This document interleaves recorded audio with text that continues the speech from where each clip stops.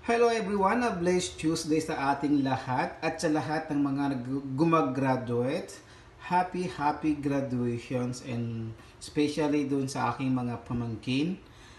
Happy blessed graduation and congratulations at naabot nyo ang inyong pagsasakripisyo sa pag-aaral at sana naway pagbutihin niyo pa ang inyong pag-aaral sa mga susunod.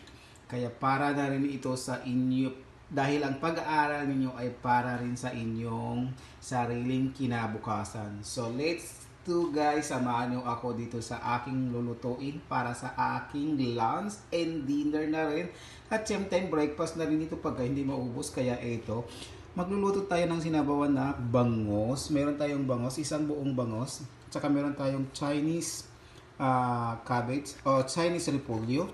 Meron tayong dalawa klaseng talong. Mayroong white at saka yung regular na talong. So, siyempre, hindi mawawala ating bawang, luya, tsaka butter, and itong